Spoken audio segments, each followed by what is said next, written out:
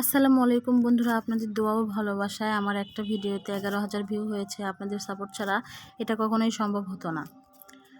আপনারা আমাকে যেভাবে ভালোবাসা দিচ্ছেন এভাবেই দিতে থাকুন। সামান্য কয়েকদিন হলো পেজ খুলেছি, এখনও কোনো স্ট্যান্ড বা ভিডিও বানানোর জন্য কোনো কিছুই কিনিনি।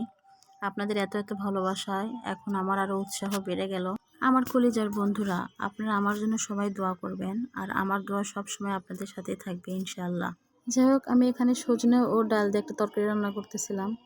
এখানে আমি কাঁচামরিচ ও পেঁয়াজটা ভালো করে ভেজে নিয়ে তারপরে আমি এখানে আদা রসুন বাটা, হলুদের গুঁড়া, তারপরে লবণ এগুলো দিয়ে একটু হালকা করে ভেজে নিয়ে এখানে আমি সজনে ও ডাল দিয়ে সুন্দরভাবে একটু কষিয়ে নিচ্ছি।